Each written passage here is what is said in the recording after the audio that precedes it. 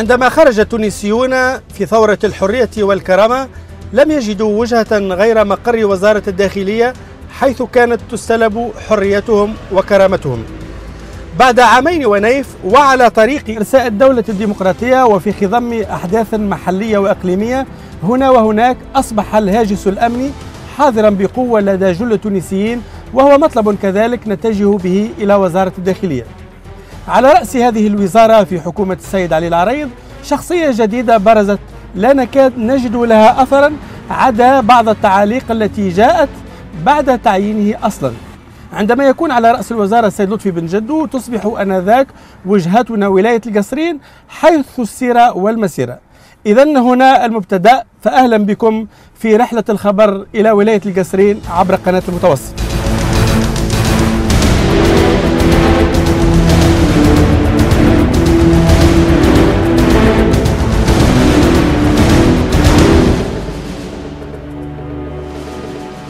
عرفناه رجل صادق، رجل ذو مبدأ، عنده ثبات، ما يتزحزحش.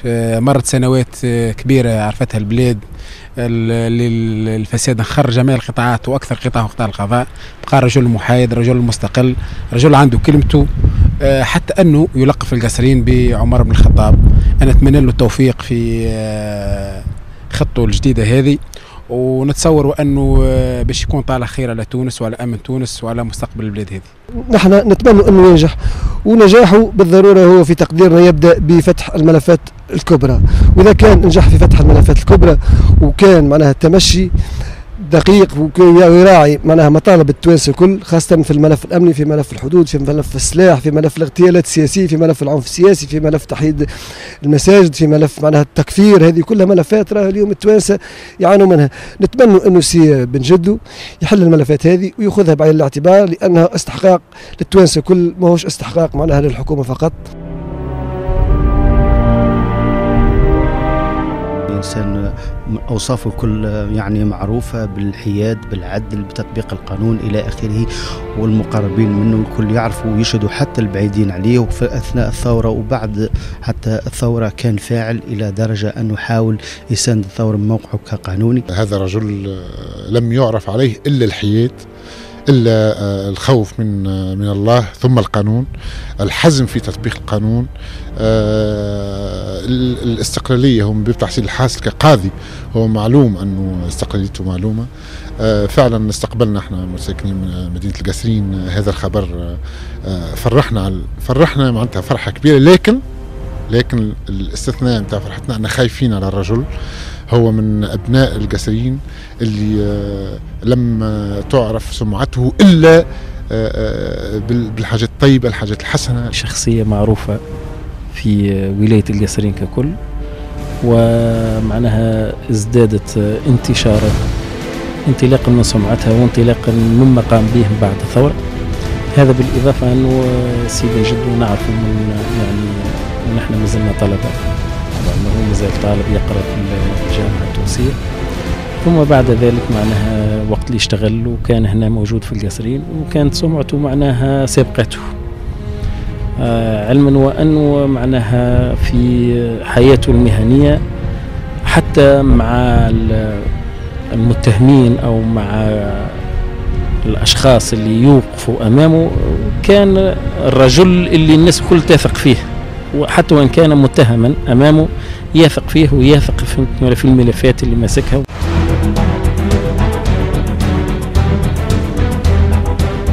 أكثر فأكثر إذا نقترب من المصدر لننقل لكم الصورة بكل تفاصيلها. وفي ختام رحلتنا إلى ولاية القصرين محطة أخيرة نضع فيها الرحال من خلال هذا اللقاء المباشر مع وزير الداخلية المعين حديثا. سيد وزير الداخلية، أهلا بكم على شاشة المتوسط. أهلا وسهلا ومرحبا، وشكرا لكم على التجشم معنا التنقل إلى مدينة القصرين. رحلة عنوانها التعريف بشخصكم وزير الداخلية معين في حكومة السيد علي العريض، هذا عنوان رحلتنا، وشكرا لكم كذلك على هذه الفرصة التي أتحتموها لنا من خلال أول ظهور تلفزيوني على شاشة المتوسط. لو نبدأ حوارنا بتعيينكم بالظروف التي حافت بهذا التعيين، كيف جاء هذا التعيين؟ منذ يومين تقريبا كنت في مكتبي أتلقى شكاوى كالعادة رن جرس الهاتف. كانت المتكلمة زميلتي كلثوم كانو رئيسة جمعية القضاة. نعم. قبلها اتصلت بي هاتفيا زميلة عزيزة علي، لا فائدة في ذكر اسمها. نعم. أعلمتني بأن تكتل يريد ترشيحي إلى منصب وزاري، وطلبتا مني كلتاهما أن أقبل بهذا المنصب فخرا للقضاء وتشريفا له. نعم. نعم. وفعلا اتصل بي أحد قادة التكتل وعرض علي الحقيبة الوزارية. ترددت أول أمر، لكن المكالمات الهاتفية الواردة علي بكثافة جعلتني أقبل الحقيبة إيمانا مني بخدمة الوطن في هذا الظرف الحرج. نعم. التكتل هو الحزب الوحيد الذي اتصل بي أيضا الدكتور القاهري ممثل المؤتمر من أجل الجمهورية بمكتبي، وطلب مني قبول حقيبة وزارة الداخلية. المفارقة أنه مع هذا الكل يصنفوك قريب من النهضة، وأكثر من ذلك من خلال بعض الشهادات اللي متداولة جدا يكنوك هنا في القصرين بعمر بن الخطاب، وعمر بن الخطاب كنا نخاله في وزارة العدل، فإذا بك في وزارة الداخلية. مفارقة هذه.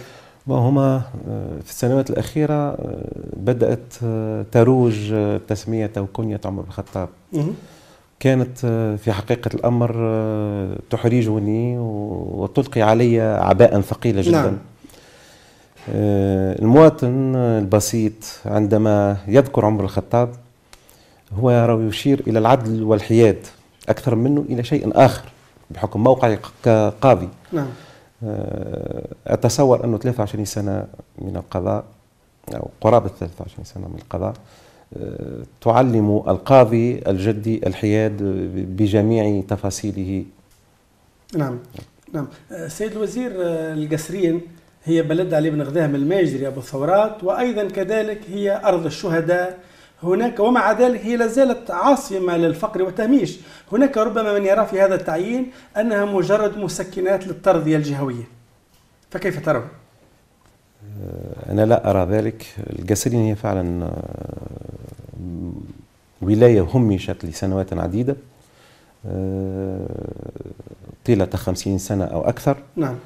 رغم أني غنية بثرواتها. نعم. أنت كي تمشي تشوف الدولاب ولا حقل الدولاب 16 بئر، ولا تمشي تشوف حقل بوشبكة في عدة آبار. المياه موجودة،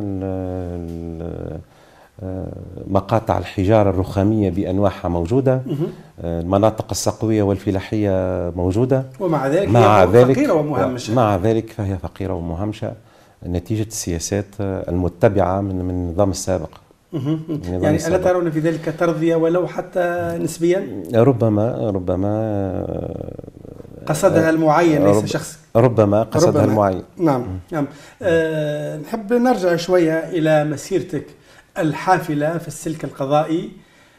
هل شاركتم أم كنتم طرفا في المحاكمات السياسية التي سلطت على النشطاء في تونس مطلقا في العهود الماضية؟ مطلقا. كنت في بداية حياتي القضائية كلفت بدائرة الشغل. في كثير من الأحيان كنت أنوب رئيس المحكمة.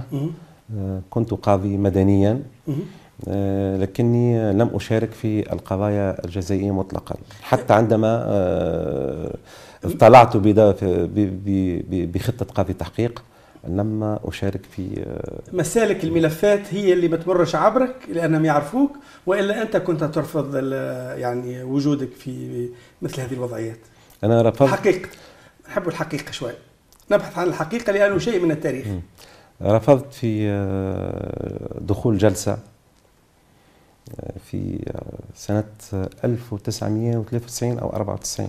رفضت دخول جلسة فيها محاكمة سياسية. وقاضي جالس أنت حضرتك؟ وأنا قاضي جالس. يعني الملف جاك ولكن رفضت النظر فيه؟ الملف عند رئيس الدائرة أنا كعضو وقتها. نعم.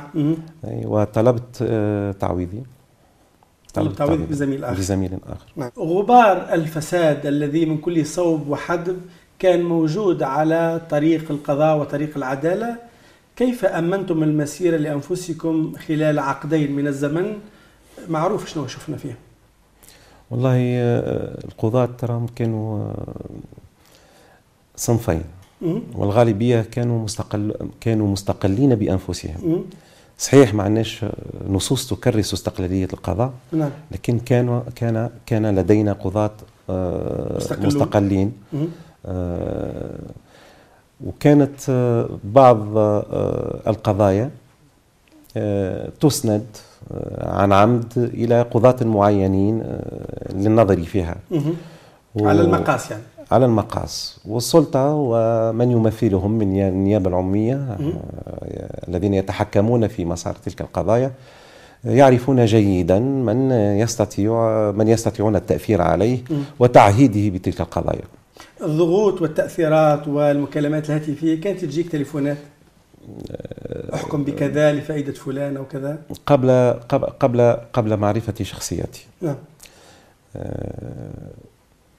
كنت ربما مرن في معاملتي مع رؤسائي، لكن يصطدموا بي عند طلبهم أمر يخالف القانون، ومن ثم عرفت باستقلالية القرار. نعم. طيب الآن أحاوركم وزيرا للداخلية سؤال مدخل، كيف تقيمون الوضع الأمني في تونس؟ أنا أواكب الوضع الأمني بوصفي وكيل الجمهورية، وصفي رئيسا للضابطة العدلية. الوضع الأمني شهد تحسنا في الآونة الأخيرة ومنذ عدة أشهر، لكن هذا ما ينفيش أنه يلزم عمل ومواكبة وجدية في مواجهة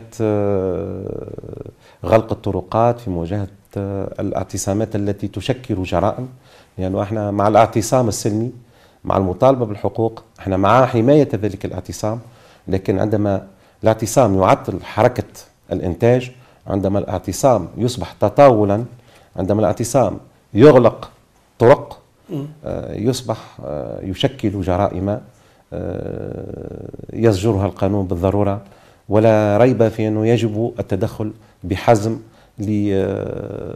لردع تلك التصرفات. نعم.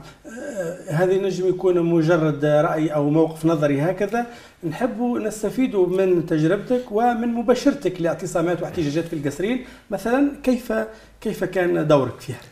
والله أنا لا دورك المضاد عني. أنا على عكس ما رواجه البعض على صفحات التواصل الاجتماعي، تدخلي في الاعتصامات وراو كان من صميم أعمالي كوكيل جمهورية، لأن الاعتصام عندما يشكل اقتحام مؤسسات عمومية، عندما يشكل تعطيل لحرية الخدمة والعمل، يصبح من اختصاصي أنا، ولا أتواجه إلا عندما يحتدم الأمر ويستنجد بي أولي الأمر من أعوان الأمن، من رئيس المنطقة أو مدير الإقليم، أو حتى في بعض الأحيان من العقيد في الجيش الوطني. حينها أتوجه إلى الاعتصام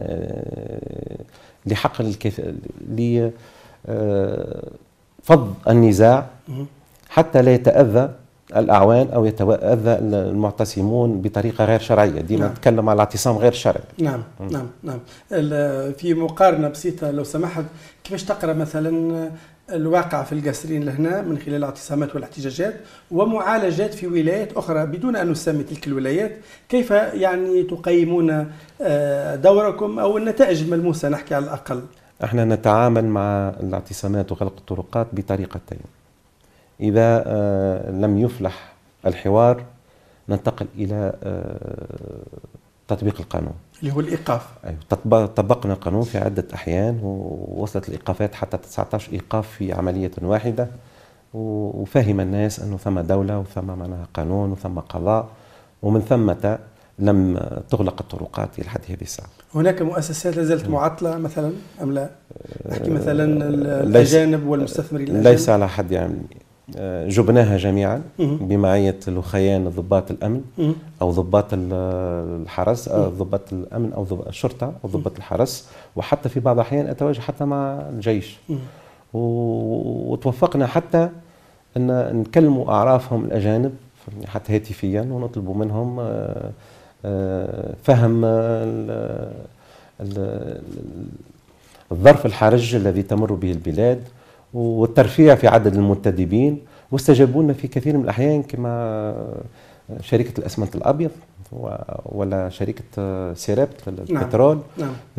ثم برشا أمثلة معناها نجحنا في افتكاك عدد من المقاعد الإضافية للعمال وفضينا النزاعات. تجربتك وخبرتك ويعني المسيرة متاعك في العمل، شغلت قاضي تحقيق، وقاضي تحقيق دورك الوظيفي أنك تعطي إنابات للفرق الأمنية بكل تشكلاتها، ثم الآن يعني قبيل تعيينك وزير للداخلية إلى حد آخر لحظة وكيل الجمهورية ترأس أصلا هذه الفرق اللي هي ضابطة العدلية.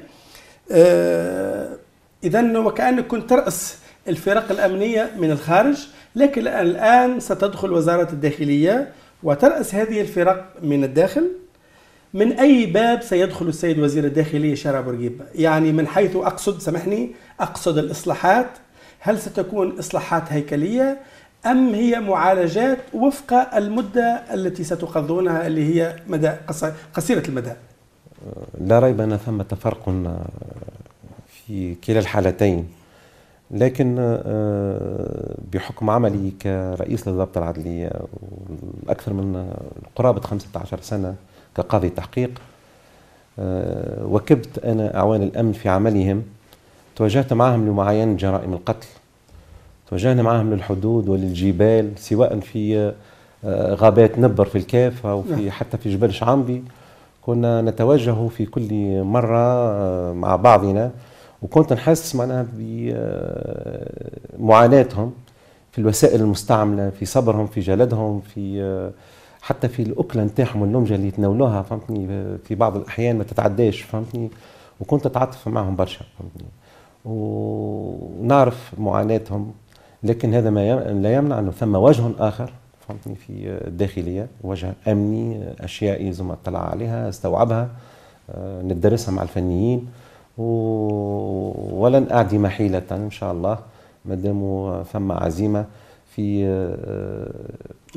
أن أشيع بمعيتهم الأمن، وأن أرجع لرجل الأمن معنوياته مهم جدا، معنوياته. نعم. ولكن زاد معناها ما ننسوش معناها حالته المادية ووسائل العمل نتاعو يعني هامة جدا. وقت اللي يخرج رجل أمن غير محمي، فهمتني، ويواجه عصابات مسلحة بالغاز المشل للحركة أو بالصادم الكهربائي أو غير ذلك من الأسلحة التي أصبحت متاحة، خطر كبير ياسر على رجل الأمن. لذلك وحضرتك من أسرة القضاء، يعني لم نعد نتحدث أصلا عن القضاء، وإنما الأهم هو القضاء الناجز، فهناك الحكم وهناك تنفيذ الحكم. كيف يمكن أن نطلب من عون أمن هو غير آمن أصلا أن نطلب منه تنفيذ الأحكام سيد الوزير؟ فعلا بعض الأحكام تعطلت بعد الثورة للظروف الأمنية، لأنه باش ننفذ حكم، فهمتني، يلزم عندك قوة عامة، القوة اللي باش تمشي من غير ما حماية، دونك وتحتك بالأحياء الشعبية وبالناس ما زالت متأثرة بإرهاصات الثورة. ثم صعوبة قصوى، لكن هذا ما يمنعش أن احنا مشينا شوط كبير ياسر في تنفيذ الأحكام. أنا أتحدث على مدينة القصرين بحكم تجربتي. ينجم معناها جهود الأمن ووكيل الجمهورية الذي ينفذ الأحكام بالنص تنجم تؤدي إلى تنفيذ ذلك الحكم، سواء معناها بصفة ودية أو باستعمال القوى العامة. لكن سيد الوزير اسمح لي، يعني اليوم في من منظور علم النفس الاجتماعي التونسيون كانوا يعني مكبوتين أكثر من 50 سنة، والآن عامين وهما جزء منهم كبير يعتدي على من اعتدى عليه ويأخذ حقوقه ربما وينتقم ممن انتقم منه من قبل، عامين في شكل تنفيسة. أما آن الأوان ليطبق القانون وننهي هذا التنفيس بصافرة، اسمح لي على الاستعارة، الحكم على الميدان إذا البودي لانجويج نتاعو يعني التعبيرات الجسدية نتاعو لم تكن صارمة وحازمة والصافرة نتاعو في وقتها يمكن أن يصير كارثة في الميدان، فما بالك شعب ووطن ودولة وسياحة، ونحن الآن أمام استهتار بهذه السلط. بعد عامين أمد كافي لتلك التنفيسة أو لتفهم معناها شعبا حرم من الحرية أو حرب في عيشه. آن الأوان لكي يستتب الأمن، آن الأوان للصرامة مع أخذ بعين الاعتبار حقوق الإنسان.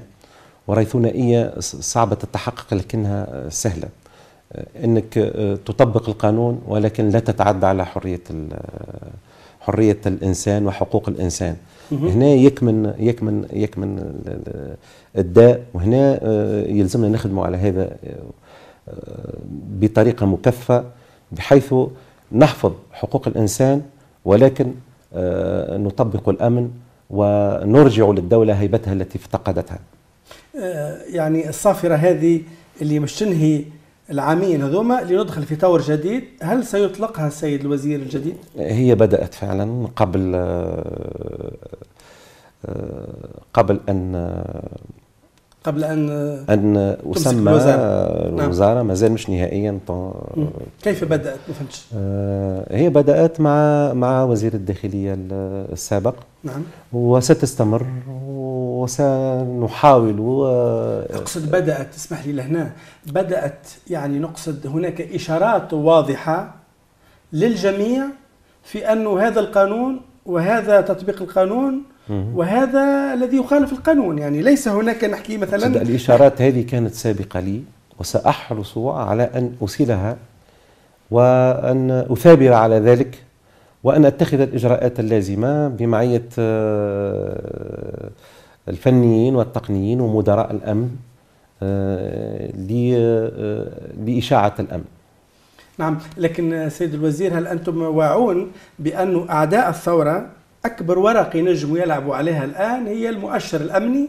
هل هو ينجم يهز أولاده ويخرجوا في الليل وين ما ينجمش؟ هل مرته تنجم تروح من الخدمة في مؤخر ولا؟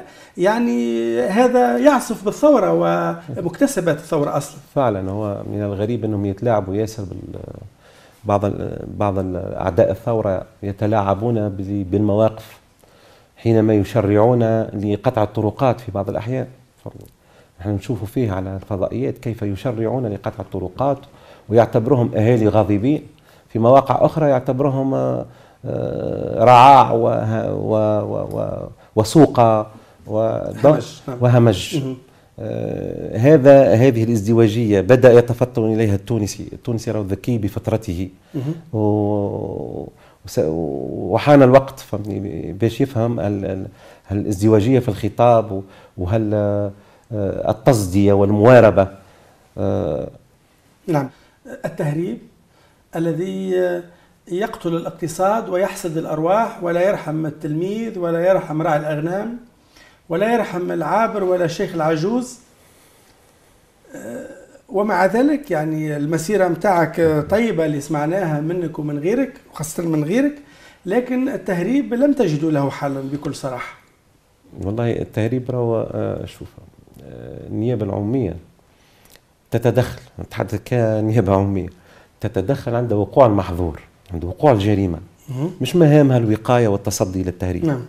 دونك ثم مفهوم خاطئ في النيابة العمومية عانينا منه برشا. الأمن مش مستتب، مش مسؤولية وكيل الجمهورية، مسؤولية الأمنيين. وكيل الجمهورية يتدخل للردع، هو مسؤول إذا كان الوسيلة التي استعملها غير مجدية، لكن مش مسؤول لمجابهة أو الوقاية أو لإحداث طرق وقاية. هذه مسؤولية أمنية بحتة يتدارسها الأمنيون فيما بينهم.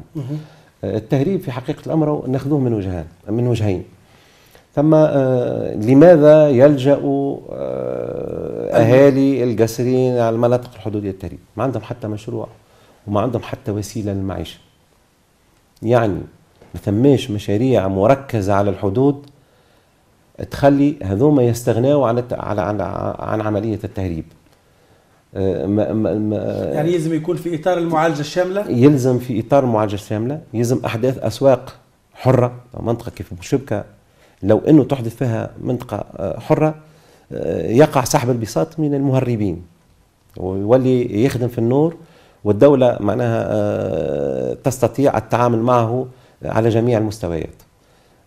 في غياب هذا راهو ثم في بعض الأحيان ثم تغاضي على عملية التهريب، لكن الخوف أنه عملية التهريب فهمني تتجاوز معناها البضائع إلى حاجة، إلى سموم، إلى مخدرات. خاطر نعم. في بعض الأحيان الجزائريين مثلا، نحن خاطر عندنا 170 كيلومتر على الحدود الجزائرية، ما يسلمش المواطن التونسي الساكن على الحدود ما يسلموش بضاعة بدون أموال أو بدون عوض إلا المخدرات. نعم. المخدرات يسلمها له بدون عوض ويتلقى منه المقابل عند البيع. بعض الناس اللي ما عندهمش رؤوس أموال يلتجئون إلى التهريب لإحداث رأس مال، لإيجاد رأس مال. من ثم تكاثرت وتفاقمت عملية تهريب المخدرات اللي يلزم مجابهتها بكل جدية، بدءا من الوقاية انتهاء إلى الردع والزجر. الطرق العمومية اللي هو واضح، عمل واضح، بل وأسلوب احتجاجي أحيانا وشكل نضالي عند آخرين. سيد الوزير، لماذا لا نرى قطع الطرق بين المرسى وتونس وبين تونس والحمامات؟ هذا اختصاص في المناطق الداخلية. يعني هل وزارة الداخلية ستكون موجودة بقوة في المناطق الداخلية في المرحلة المقبلة نحكي؟ من المفروض أن تكون متواجدة، أنه يقع تكثيف الدوريات في المناطق النائية، خاصة بعدما يتجاوز عون الأمن خوفه بتسليحه، بتمكينه من الوسائل، بتكثيف الدوريات، بحتى الأخذ بأسباب الموضوعية نتاع علم الإجرام والإضاءة الشوارع تحد من هذه العمليات. أهم ما قاوم به الأوروبيون ظاهرة العنف وظاهرة الاغتصاب هو إضاءة الشوارع، لأنه يعني إنسان يميل إلى ارتكاب الجريمة في الظلام. نعم، وتنصيب كاميرات المراقبة كذلك. فعلا إذا نعم. كان أمكن تقنيا طبعا باعتبار الوسائل المتاحة لنا. ثم أنا نعطيك أسباب احنا نسموها السرقة باستعمال العنف الشديد على أن وقعت عليه السرقة وعقابها يصل إلى 20 سنة. نعطيك الأسباب اللي خلت الظاهرة هذه يعني تتفاقم. توا الشبان، نعطيك مثال في القصرين، أصبحوا يتعاطون نوع من المسكرات غير عادي، وأصبح ثم مفاهيم ومصطلحات دخيلة علينا، هاو يزطل، هاو يطيب، هاو يدليم، هاو يزبرت. نعم.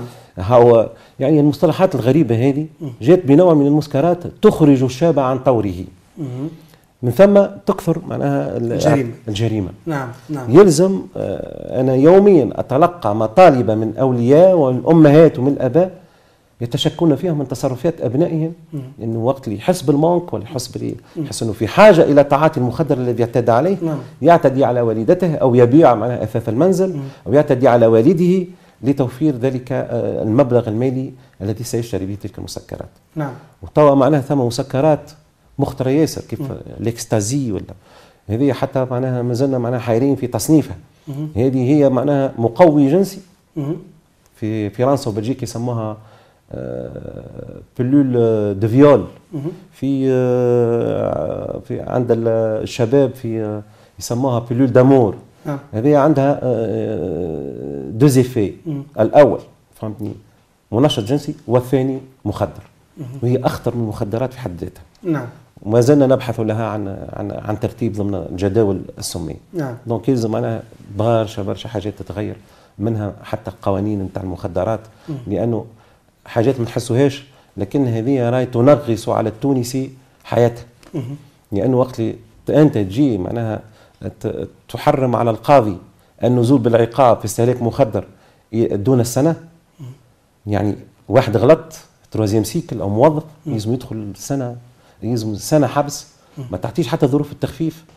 هذه آن الأوان أنه معناها يتراجع ونبقوا على شدة الترويج، لكن نعطي للقاضي بعض التسهيل، نرفع عنه ذلك التحجير المقيت الممض، لأنه معناها العائلة كاملة تصبح تعاقب في عائلة كاملة. لو أنه يستبدل ذلك التحجير بإجراءات وقائية كإخضاع المبتدأ الذي زلت به القدم أول مرة إلى تدبير احترازي يقتضي بمثوله للتحاليل كل 3 أشهر، لن يعيدها مطلقا. نعم، اسمح لي، لابد أن أعطيك شاهد من الشواهد. القسرين يعني كانت دائما فقيرة وظلت كذلك، ومع ذلك أهلها كي تسأل عليها الناس قبل يقول لك أكرم الناس. التوانسة كلهم في المطلق كانوا أفقر من تو، والبراكاج مبدأ اللي كي توانسة تحسنت أمورهم. هناك من يربط الجريمة بالوضع المادي والاجتماعي، وهنا يلزمنا نتكلموا على المعالجات الموجودة اللي هي عدلية وقضائية وأمنية، بأنها معالجات شبه متخلفة وقديمة ولا تستقي من روح مرجعيتنا الأخلاقية اللي هي تنجم تساعد الناس برشا على أنهم يبعدوا الجريمة. أكيد ثم جانب وقائي كبير ياسر حسب ما فهمت من الأمنيين اللي تحدثت معهم. سيقع التركيز، وبداوا هما ديجا في تركيز معناها وسائل وقائية، واعتبروا أنه الوسائل الوقائية هذه حسب الدراسات العالمية أنجع من الوسائل المواجهة أو الوسائل الزجرية، وبدأت ثم خدمة كبيرة ياسر على الوسائل الوقائية. لكن نراو عون الأمن عون الأمن لا زال لم يتلقى تكوينا في هذا المجال.